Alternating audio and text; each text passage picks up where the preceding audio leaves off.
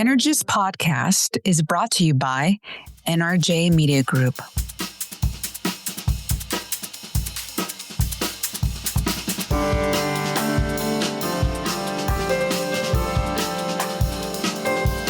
Okay, Star Wars fans, this one is special. Not only is it our very first episode, woohoo, but we're dropping it on May the 4th. That's right, a Sunday launch just for the occasion. And normally we'll be releasing episodes on Tuesdays, but I mean, come on, it's Star Wars Day. We had to do something big. And it doesn't get any bigger than Pablo Hidalgo.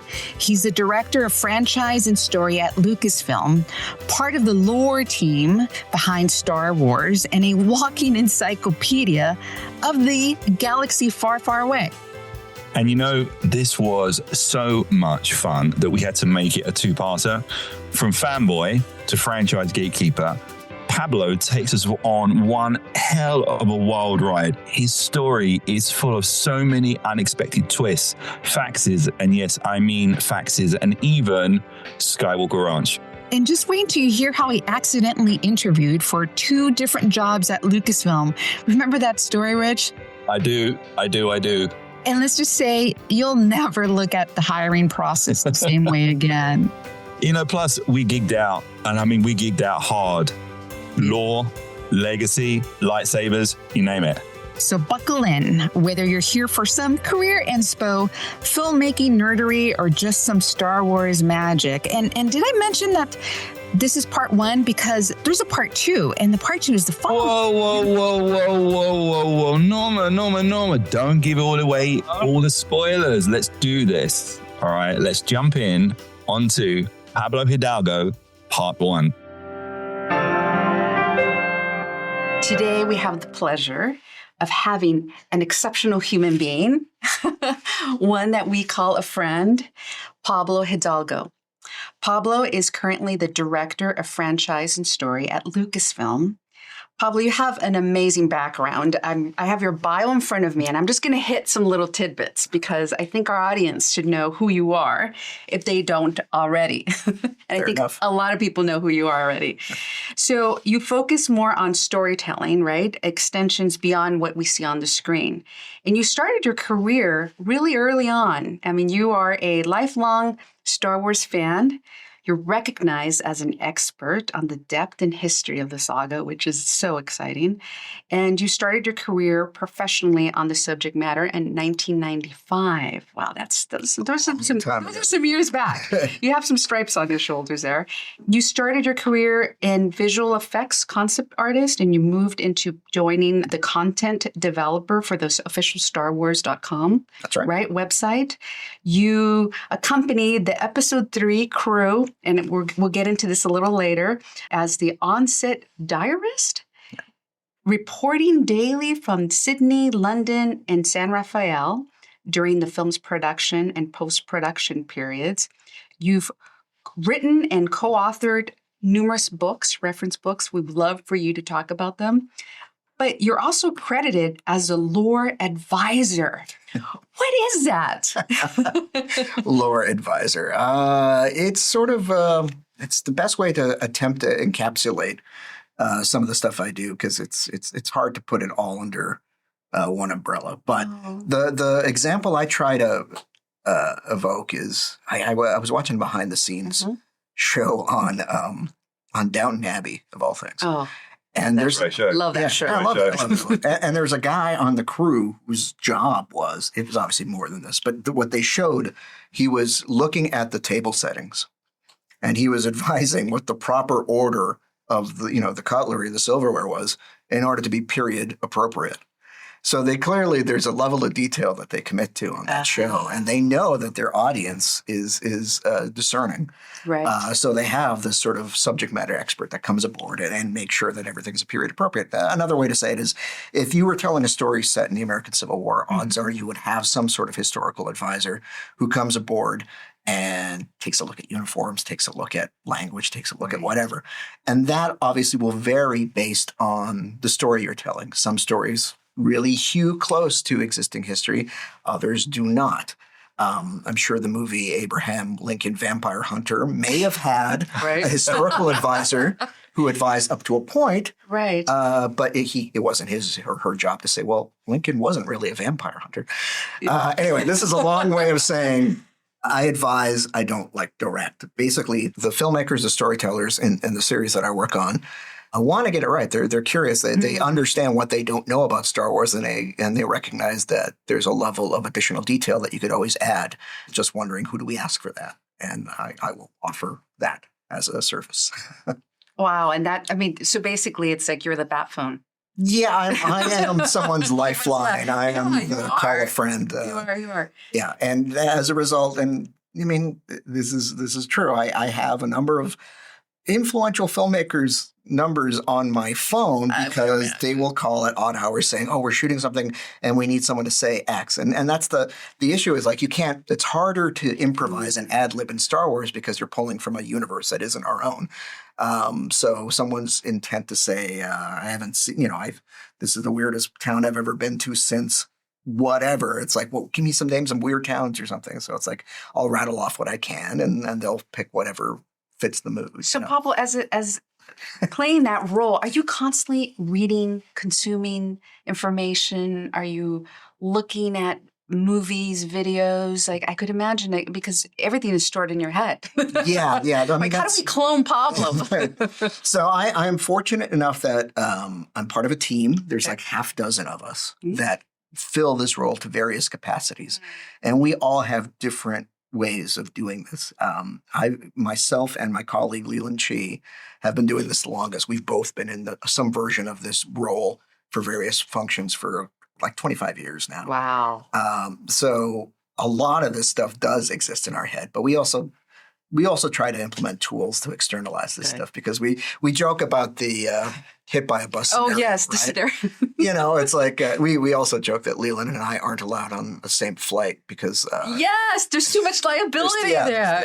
There's too much institutional knowledge that could be lost. No, but it's like we try to externalize what we can for other people to work off of, but it's sometimes the most efficient. No matter how many tools that you build, it's sometimes just the easiest thing for someone to ask us directly, and we'll just know it. So, well, I suppose what's amazing is that the fan base for Star Wars, using that as an example, are so into the story. For them, it almost is real life, and what you are doing is allowing that continuity. So when they watch from one of the main films to one of the series, they see the continuity run through, and that on its own is you are creating its own universe. It exists. Yeah, I mean the phrase immersive really didn't exist as a industry buzzword back in the day where we were going immersive. It's like I come from the fan community.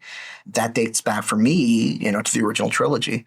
What we were doing with action figures and comic books was the same kind of thing. It's like Star Wars was a persistent world. It existed outside of our world, but we could check in. It was a destination.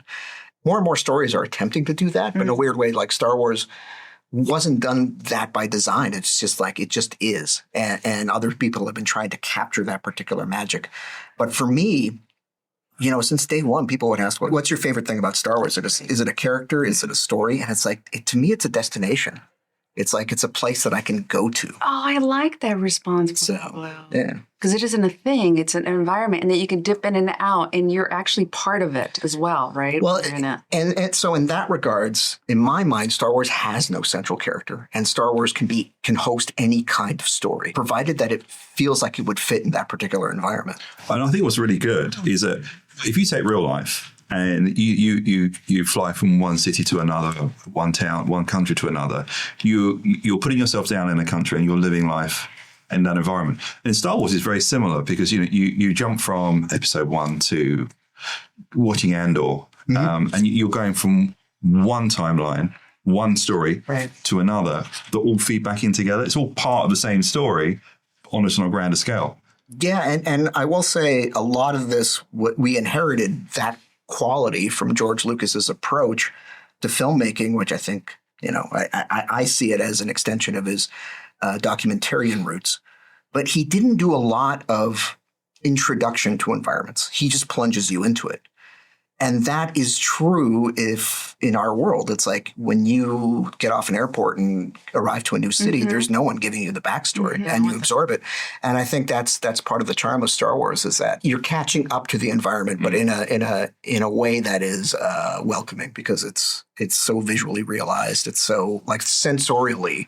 Yeah, you just want to absorb it and look around. There's also a sense of familiarity, and almost a sense of home that you get with Star Wars because so many people know. There's probably very few people on the planet that have never heard of Star Wars and have seen at least one or two of the films. So when you have that, and you know people watch these films over and over, it's comforting. It's like somewhere I can go. Well, and it's also generational now, right? And so now when you, as a kid, you share it now with your kids and your grandchildren and you pass it on. And the characters that you had an affinity toward, it's nice to see your family members see what characters they have an affinity toward and new characters that are being shown, right? With the extended universe and the new films that are being introduced. Well, even beyond that, it's sort of like how people engage in film has changed so much from the way, like when I saw Star Wars in the early, I saw it in re-release. I was 3 years old when it came out.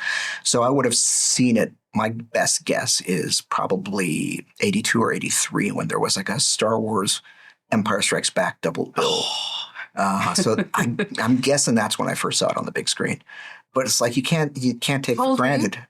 So I would have been like maybe 8 or so, but I suspect I was much younger. Like the thing is, like, there's never been a time where I didn't know about Star Wars. It feels like, you know, even if there's a moment when I first saw it, but still, like, you can't take for granted what people's first approach is. And it's been interesting now, especially with coworkers that are much younger than I am, to recognize that their introduction to this world is completely different. Like, they marvel at the fact that there was a world where I didn't know that Anakin and it was not Darth Vader. Like, we didn't know that. There was a time and place where we didn't know that. We didn't know what certain destinies held, and we didn't know what certain characters were, you know, foretold to have done. So we discovered that the entire time, and it's fascinating to hear their perspective. But that's part of the shared storytelling experience. You know?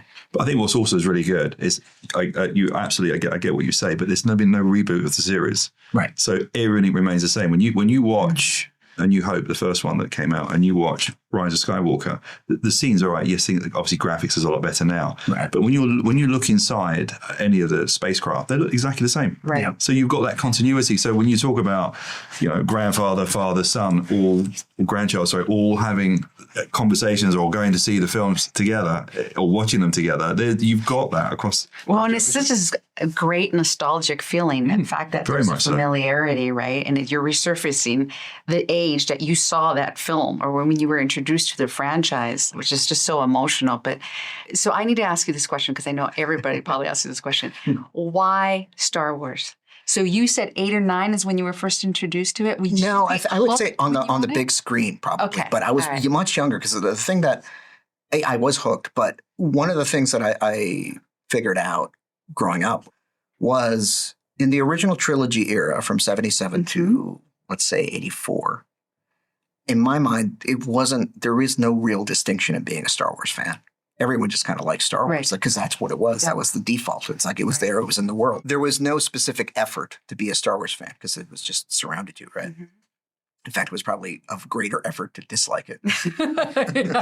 Exactly. But you got beaten up at school. Yeah. You don't like Star Wars. Exactly. But what happened is, and again, this is a history lesson for younger people because they can't imagine a world where Star Wars wasn't around. But what happened in 84, 85 is it really waned. It kind of disappeared from the pop culture landscape and people stopped paying attention to it. They moved on. They moved on to other things. But a point of distinction was for me as 84, I would have been 9 or 10. Mm-hmm. As I moved into my teen years, which is like the moment you put away all your toys and you keep moving on or whatever, is it's stuck with me. Like I was still interested in it, even though other people have moved on to other things. That to me was the distinction. It's like, oh, I must be a fan. I must be a Star Wars fan because I'm keeping this torch burning, even though it's largely disappeared from the public view. And a key thing that happened was in 1987. I'm going to pause this. Yeah. Are we good here? Could we please? Yeah. It's the funny thing is, it's my wife. I could hear her. There's echoes in the background. She knows you're being interviewed. Exactly. That's why. She wanted to make sure. That's her cameo appearance and voice. I was 87. Mm-hmm. Star Wars was as dead can be. But there was a singular publisher, this one company that was making Star Wars books. And it was the Star Wars role-playing game from West End Games. And everyone knows what role-playing games are now. But if you don't, it's like the tabletop role-playing experience, Dungeons & Dragons type. And the whole point of that game was to make your own Star Wars stories. And I was at that perfect age to get into role-playing games because that's this curve of kids of that generation. It's like you've put away your toys, and then this is a new kind of play that's a little bit more compatible. Is this a board game? No, it's more like it's imagination play. You basically sit around just like we're sitting around a table, and we're telling a Star Wars story. And there's rules that help define what does and doesn't happen, but for the most part, it's not figures on a map, although it can be. There's versions that you can play. Mm-hmm. It's more of us just sitting and ad-libbing and coming up with a story set in Star Wars. I love that type of play, and I was at that perfect age to get into it, into my teenage, junior high years. And I was the kind of guy who was like, well, if I'm going to run a Star Wars game, if I'm going to tell a Star Wars story, I want to do the research. I want to get it right. My expectations would be like, if you tell me a Star Wars story and you come up and you get a fact wrong, that bumps me out of the story. So I wanted, for my particular circle of friends, I wanted to get it right. So as a result, that's when I started this really absorbing Star Wars information and all that existed at the time, which were, books and, the movies. Right. But I just started cataloging that information because everything could have a storytelling potential. That basically set me on this path, this trajectory of being a Star Wars encyclopedia of sorts. Yeah. And that to me is like, that's when I became that particular type of fan. And there's all sorts of fans in the world with different interests and different activities. But that was my expression of it. And the other thing that happened in coordination with that is I was also interested in behind the scenes story. I was interested in visual effects. I was interested in filmmaking. I wanted to know how these things were realized on the screen. So it became this twofold experience of knowing Star Wars at a depth, not only as a fictional setting, but also as filmmaking history. Mm-hmm. Fast forward another decade or so, my filmmaking interests were such that I dabbled in traditional animation. I got into visual effects. I had that kind of skill set. In October of 1999, Lucasfilm.com posted a job, which was content developer for StarWars.com. And among the criteria was you had to know Star Wars and you had to know about production. And I knew both things. So I applied for it. I got odd series of callbacks and whatever. How was the interview process? Was it lengthy or was it right away hired? Well, this is the funny thing. Is it got so odd. I applied for this job, right? I didn't hear back from it for a while. And then I got a call back from Lucasfilm. And they're like, we're interested in you for this job. But it wasn't the job I applied for. It was a completely different job. And I'm like, oh, okay, well, I guess that means I didn't get the job. I didn't get the internet job. But, this job sounds interesting. And the job was basically to organize Star Wars information in some sort of database for an upcoming project that they were working on. I'm like, all right, that sounds good. So I started interviewing on that job. And then they started scheduling. It's like, we want you to come to Lucasfilm for a job interview. This is where it gets weird. I got 2 separate calls to schedule an interview. And one of them was for this encyclopedic job. And then the other one was for the internet job. And they were on separate dates. Oh. And I'm like, do you guys know I'm double booked? that you're reaching out to me for 2 separate things? And it turns out they didn't. So this was Pablo. I know. Yeah. So it's like, so the encyclopedic job was from the licensing side, the publishing side of the company. Internet job was from the marketing side of the company. And those are 2 separate departments. So they did not know that they were both intending to fly me to California. And so I was like, would it make sense to do these both on the same day? And it did, because obviously they don't want to pay the same. They don't want to fly me out twice. Right. Well, they circled a date, January 7th. And they said, in the morning, I'm going to interview for the internet job. In the afternoon, I'm going to interview for the encyclopedia job. Right. Both requiring different skill sets, kind of, right? To some degree. But yeah, so January 7th, 2000, I fly down. I love And you. it's a full day of interviews. Where were you living? I was up in Canada. I was in Winnipeg, Okay. Canada. And I've recently told this story to someone. You could not imagine. So one is there was no plan. This was never part of my life No? agenda. There was no strategy. You mean you didn't have on your room, I want this job. You weren't visualizing it? No. I always knew Star Wars and creativity was going to be part of my life, but I had not thought so far ahead of like, this is going to be my career. Right. So I didn't think that far ahead. Second, I had never set foot in California ever in my life. So this was my first time. Part of the thing is like why it was never a plan is because I could not imagine a farther destination, honestly, from Winnipeg to California, right? It's just, I don't see a bridge that naturally connects these two. So it wasn't very much a realistic notion in my Must be mind. a bit warmer as well. Well, that's another. Yeah, So exactly. January in Winnipeg, you're in a very, very deep I was already freeze. getting cold when you were saying January. So I'm going to Skywalker Ranch in January of 2000. And for those who don't know Northern California, the winter in Northern California is when everything comes to life. Winter in Canada is when everything dies. You're like, And you're frozen in ice. So winter in Northern California, it's raining, all the hills are lush and green, and I'm on Skywalker Ranch. So is that where you were? That's where the job was, at the ranch. Yeah. Oh, So again, I'm a lifelong Star Wars fan. I know what Skywalker Ranch is. I know it like from reading about it all this time. So it was all very surreal. And I honestly did not take time to absorb it because you were just moving. You're just moving so fast. Another thing I'm grateful for, I'm grateful this happened in 2000 because if this happened a few years later where smartphones and cameras were ubiquitous, I would be so compelled to like, oh, I need to take a picture of this. I need to take a picture of you this. would have been distracted. I would have been so distracted. So I didn't, I was just like, I'm just recording this with my mind, basically. Oh. So the morning, interviewed for the internet job. It went really well.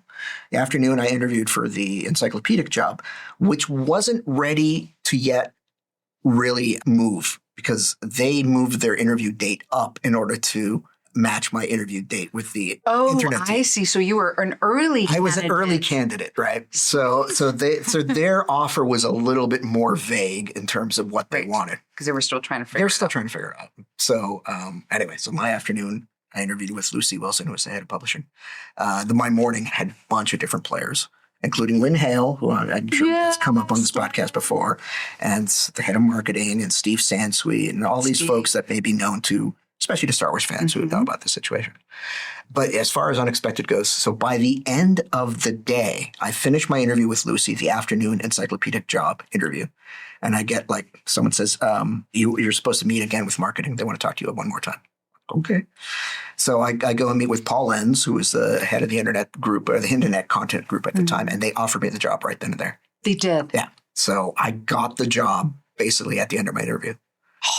And they said, like, you don't have to answer right away. Like, come on. But like, Exactly. Like, all right. Can we go to the restroom? The bear bag. And I had like a month I accepted it and I had a month to pack up all my things and move to California. Yeah. So it was a big step. I think I would have been like early 20s, 23 at the time, something like that. Yeah. So another thing I'm super fortunate at is that the company at the time was flush with money because of the success of the Phantom Menace. Because I can't imagine, I can't imagine a world where they would fly out such a junior candidate for a job interview and then cover my relocation expenses. That's a great point. You're right. Because any other world, I would probably be like, well, do we really? Can't we find someone closer? Yeah, really have to fly only somewhere? look for local candidates for that position. So a lot of things worked in my favor. And so like I've given speeches to at my alma mater. And which is Red River Polytech in Winnipeg. What I imparted to them was, I have to admit, I had no plan, but I had enough of a skill set and reservoir of experience that then you could pivot and take advantage of opportunities when they hit you. Because in all reality, my job right now, which is like, continuity focused and Star Wars lore focused, that job did not exist when I was a kid. So when people say like, oh, wow, was this your dream job? It's like, no, because it never existed. Like this wasn't a reality until I was fortunate enough to kind of will it into existence kind of thing. So. But you willed it to existence. Yeah. But but in terms of getting my foot in the door, you could not replicate this plan. But that's not to say that you couldn't replicate as something as unlikely and amazing to happen in your life if you have the skills and the contacts. I love that you're saying And it's the knowledge as well. It's your knowledge that's basically created this. It's the people. Well, that's your value. Yeah. That's what you bring to the table. Yeah. Absolutely. It's an incredible story. It really is. Can we take you back to, you were talking about when you were younger, when you started, when you watched Star Wars for the first time.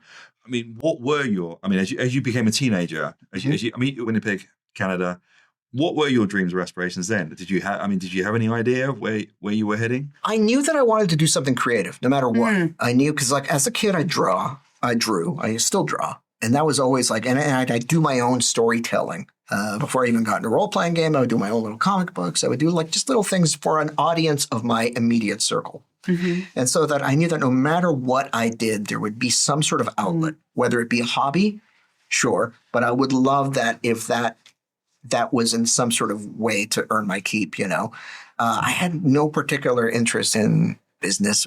I'm fortunate that I come from a family of very creative people. My brothers are musicians. One of my other I have 3 older brothers. 2 of them are musicians.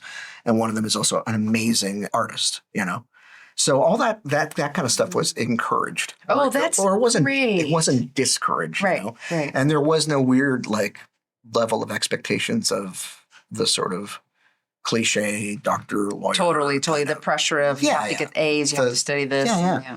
But in a weird way, at least for me growing up, the absence of that pressure just let me own my academic success on my own, because I wanted to live up to a certain thing, whatever. My thought ultimately was like, I'll probably work in advertising. I'll probably work in something in that capacity where there's a creative energy to it. But like Star Wars would then be the side hobby, And that would be it. And then things started to change, and where like I actually found myself making money doing Star Wars stuff. Like I was a freelancer for that role-playing game that I previously described. I'd managed to get my foot in the door there, writing material for that game. And it's like, oh, this is interesting. Someone's actually paying me. And you're doing something that's fun that you really enjoy. To write Star Wars stuff. Yeah. So then my day job at that time was advertising copywriter, with the hobby being Star Wars on the side. What happened was I then shifted to visual effects because one of our vendors, while I was working in advertising, basically poached me, saying like, oh, you come work for visual effects. He was like, they were the client that we used to put visual effects in our ads. And so they're like, oh, work for us instead. Yeah. And so that like all, again, got me like one step further into interesting. Now I happen to be working on film and television. I never really expected that, but this is fun. And then from there to Lucasfilm. And this is like the most bizarre thing. I recognize now how alien this is to someone who's relatively new to the workforce. Lucasfilm is like my 3rd full-time employer. Wow. Okay. My resume basically stops at Lucasfilm because I've been here for 25 years. And my job has changed over those years, right. But it's like, I could list 3 employers. It was McKim Communications, an ad agency in Canada, Frantic Films, a visual effects house in Canada, and Lucasfilm.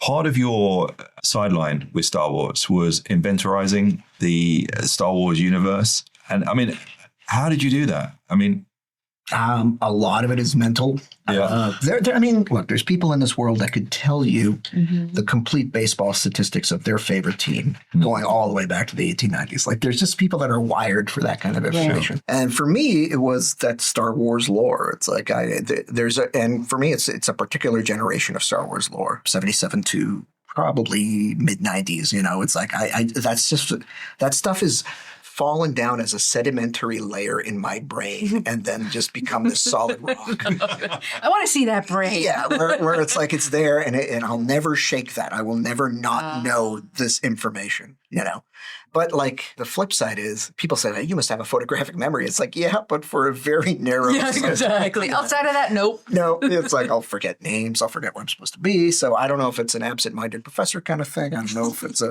I wouldn't doubt that I'm on some level of a spectrum of like, this is, you're focused on this and not that.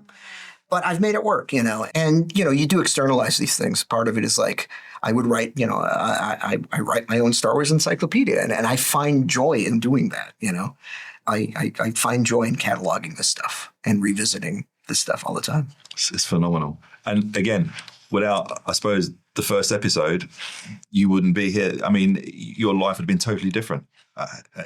So there's a lot, I suppose, one, to be thankful for having this in your life, and two, I suppose at least another question: do you think it would have been something else if it wasn't Star Wars? It's hard to say, because that's a thread that if you pull, that requires the imaginative leap of what if Star Wars didn't exist, right?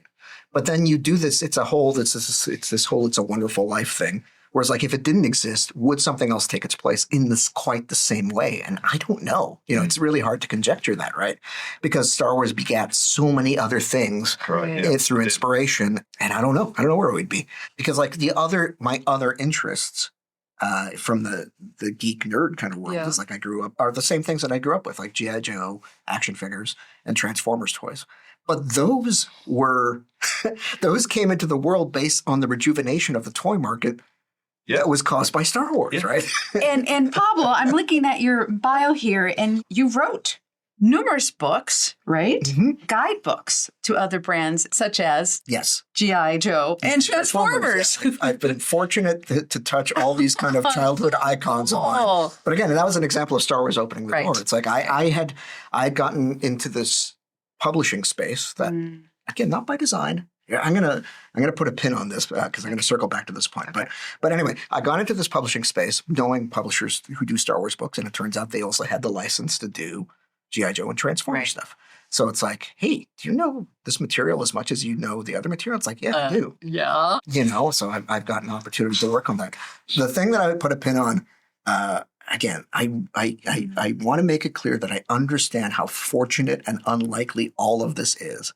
Because I've written a number of books, over a dozen. Over a dozen? Yeah, I honestly don't know the count, but it's quite a bit. And people will come to me and say, "How do you get a book written? How do you make that happen?"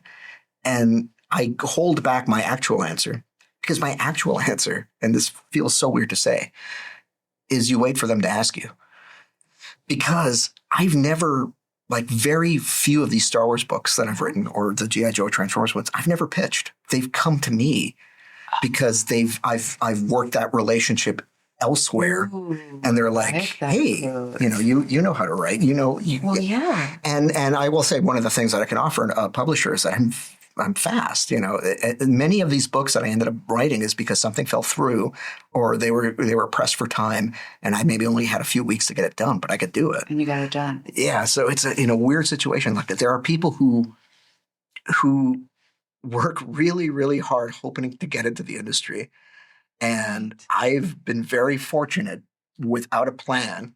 But that said, I did have the skill and the backing, but without a plan, I've stumbled my way into some pretty interesting situations. Pablo, you kept saying skill set and expert. It's like homing in on your craft. Yeah. You stayed true to it, honest to it. You didn't let money or these other titles or whatnot, because we're all, as soon as we graduated college or we get a corporate gig, it's like title and money, right? We all just kind of just wired that way. And you really said, no, I'm going to really home in my craft and my skill and own that. And as a result, you do become an expert.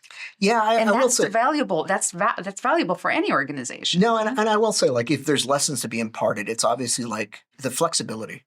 It's like there's a level, having a plan is great, but if that plan is preventing you from taking advantage of opportunities, or is distracting you from something that is like a door that's open for you, then it's counterproductive, right? But yeah, and also having a passion, and I'm fortunate that my passion, I found a way to turn that into work, into a career, and it's rare. I recognize that people love what they do. And if you love what you do, it actually don't work. No, it's exactly it. What's been really eye-opening, especially living in the Bay Area, this is not a secret. Like, there are other fields that I could likely get into and make a lot more money, but it's not about, like, that's not what it is, right? Like, I've had some very good friends who shifted from stuff that they enjoyed doing to stuff in the sort of .com Silicon Valley kind of world. And they are making more money, but they're not very happy. Not happy. Yeah. And when you're passionate about something, and you do get, because we all get lured by the shiny coins and the shiny things and the materialistic things that come to it.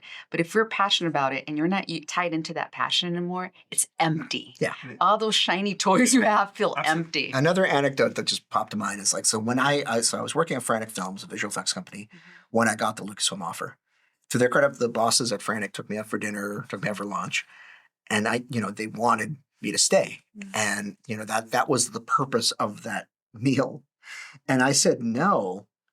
And I hadn't realized that I said no before they even made the offer. and they were like, don't you want to hear what we're going to offer? And it's like, oh yeah, I guess I'm supposed to do that. Right? I am so not like mercenary in that regard. But that tells you it's like that is the right decision, because I don't think there could have been a counter offer that would have made me say, no, I'm not. I'm going to say no to Star Wars. I'm going to say no to Lucasfilm. I don't think they were surprised by it. Also, all that glitters isn't gold. You know, you can get the temptation to either to move away, to do something just because someone's dangling a bigger carrot. But again, as you just said, if you enjoy what you do and you're part of this, you're part of this history, you're building. Yeah, You're creating. absolutely. You're creating, or part of a creation of another universe, be it real or not. To a lot of people, it is real. It is part of their life, and that's as real as you're going to get. And I think here is at this point, if it's Star Wars fans who are listening, they're like, yes, thank God he stayed on the track. Another huge part of it, though, and you know this from your experience, is the people, right? It's the people you get a chance to interface with. And as I said before, it's like I knew the behind-the-scenes history of Star Wars. So the idea that within a few weeks of me taking the job, I would see these folks. I would see, Ben Burt, who I knew as this sound effects legend. He's there. And, these editors and these visual effects experts. And then they get to know you, and then they get to ask you for input or your expertise. And you find yourself like, wait a minute, I'm telling this guy who helped create this information. He wants your point of view. And that was amazing. And there's always going to be a part of me, just because I was so young when I was exposed to Star Wars, there's always going to be a part of me that it will reduce me to a kid, obviously. Don't ever lose that. No. But professionally, you carry yourself well and all that. But it's hard not to think of myself as still being in my 20s when I came here 25 years ago. Now this notion that I'm one of the graybeards here that other people knew about. Right. It's like, oh, you're a legend now. Well, I'm not going to say that, but I've run into adults who will say, "Oh, I used to watch you when I was a kid," or "I used to because I was in this behind the scenes stuff," or I used to read I read your books when I was a little kid. I'm like, oh my God, yeah, how did that happen? But yeah, that's the generational part I never expected. Yeah. And during your journey, were there mentors, people that helped you? Can you share a little stories about who they were or who they are? Yeah. So Steve Sansone was very instrumental in getting this. He was like the trailblazer example of someone who was from the fan community that also had professional skill set that was able to translate it into getting a dream job in Star Wars.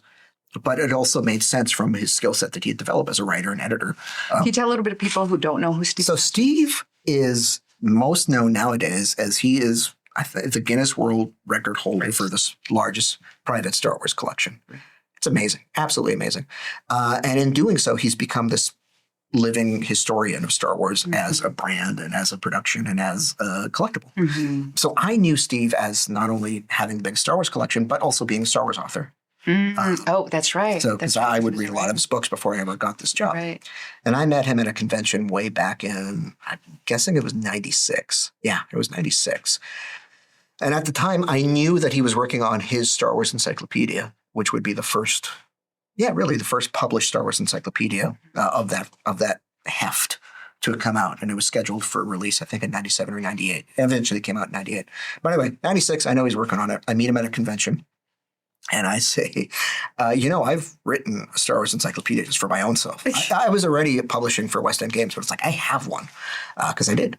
And, you're telling the truth. Yeah. And I'm like, if you need some eyeballs on yours, I would be happy to take a look at your manuscript and offer whatever I can. And he took me up on that offer. And this was so prehistoric because this was pre-email relationships. I ended up faxing him 80 pages of corrections. So, yeah. Sorry, Steve, for your fax machine, which I likely killed. But that basically then it's like, okay, that established my bona fides as far as what my level of particular Star Wars damage happened to be.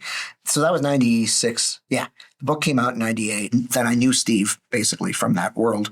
99, I applied for the job. Mm-hmm. And when I applied for the job, I said to Steve, like, is there any chance I could ask for you to be a reference? Mm. He said, no, because I'm going to be one of the people interviewing. So it's like, all right. So that's ultimately a win.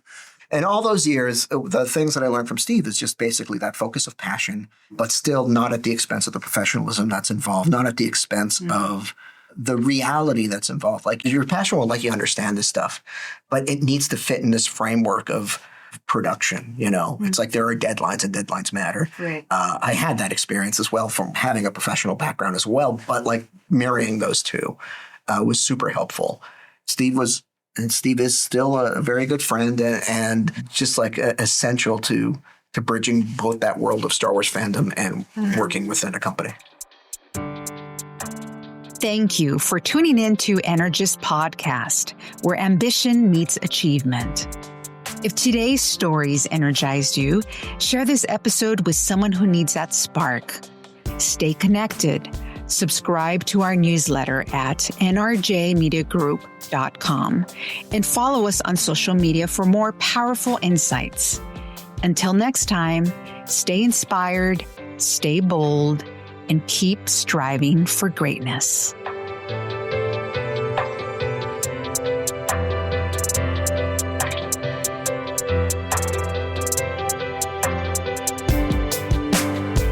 Energis Podcast is produced and hosted by Norma Garcia and Rich Reed. The incredible talent behind us. We are highly engineered and edited by Rich Evers. Our seriously creative director is none other than David H. Tanaka. Our talented music composer is Steve Devaney. Our devotion to motion graphic designer is Mike Macklin. Our very spirited technical advisor is Tracy Williams. Our amazing marketing manager, Lauren Carter. Our man of many words publicist is Josh Gershman. And introducing our producer's assistant, Blake Mealy. Energis Podcast is brought to you by NRJ Media Group.